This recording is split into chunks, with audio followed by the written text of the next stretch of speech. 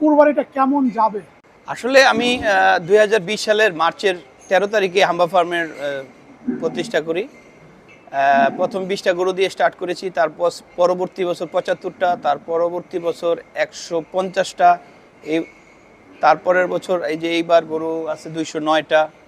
প্রতি বছর আস্তে আস্তে বৃদ্ধি করতেছি। আর আমার প্রথম থেকে যেসব কাস্টমারগুলি গরু আমার কাছ থেকে নিয়েছে, ম্যাক্সিমাম কাস্টমারই রেসপন্স করতেছে, সেল হচ্ছে। আমার অলরেডি অনেক গরু বুকিং আছে, আমি সেল করতেছি। তো আমি আশাবাদী যে যারা পুরনো কাস্টমার আছে ওনারা আমার ফার্মে আসবে এবং গরুগুলি দেখবে, নিবে। আমি সব রকম ফ্যাসিলিটিস কাস্টমারদের জন্য দিয়ে রাখতেছি। দাম দরে যদি ঠিকঠাক হয় তাহলে আমি অবশ্যই গরু দিয়ে দিই। নতুন কাস্টমারদের জন্য বলবো যে আপনারা যারা হাম্বা ফার্মে এখন পর্যন্ত আসেন নাই, হাম্বা ফার্ম সম্বন্ধে জানেন না, আসেন ফার্মে, দেখেন কীভাবে আমি গরুগুলি লালন পালন করি। ঘাস এবং দানাদার খাবার দিয়ে আমি গরুগুলি পালন করি, আপনারা দেখেন এবং আশা করি ভালো হবে এবং আপনাদের সাথে আমার একটা সুসম্পর্ক তৈরি হবে।